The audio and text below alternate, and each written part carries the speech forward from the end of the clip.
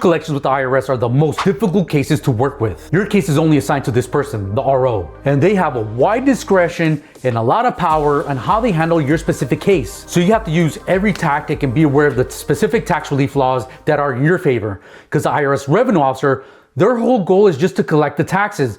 They really don't care the reasons why you do owe. And that is key, and it is important, especially if you have a rebuttal or some kind of reconsideration if you do not owe the money. But the breakdown is this, what the revenue officer would want. Number one, they would want to review your financials on the 433A. The form 433 has different variations with the IRS, but the 433A without any other letters is the one that they would want. What this details is both your household income and expenses as well as your assets. Some of the other 433s are very similar. However, the 433A, once again, is the only one that the revenue officers would want. The reason why these cases with ROs are so difficult is because this person is the only person looking at your case, and they're going to thoroughly investigate whether or not you're able to fully pay the taxes you owe. The criteria for revenue officers to be assigned to your case, if you owe for personal income tax, should be $1 million or more. That's a recent change. In the past, it was if it was over $250,000. However, when they get assigned, it doesn't matter if you owe $50,000. Sometimes this happens when somebody's self-employed with some unfiled taxes and some tax debt. And if you're in business and you owe for payroll taxes,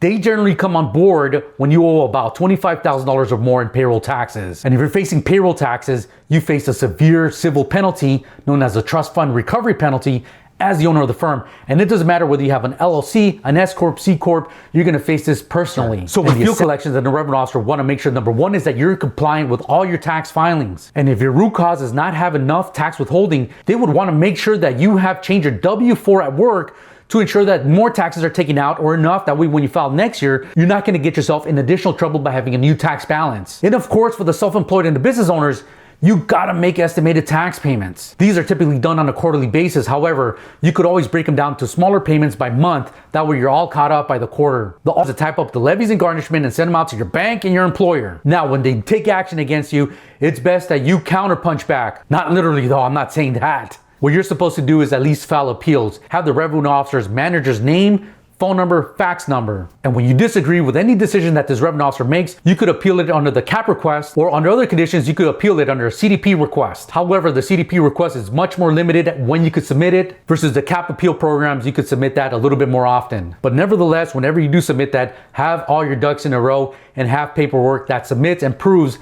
why you disagree and what the outcome should be. But if you qualify for a higher level program, such as the Offer in Compromise program, you're supposed to disclose that, show that to the revenue officer, and the revenue officer first must review it and then give you the thumbs up and okay for you to go that procedure. The field collections cases are not easy, they're very tough. And of course, if you want professional help, my team and I can provide a free case review and see what's the best solution on how you can resolve your tax problems, especially with a revenue officer.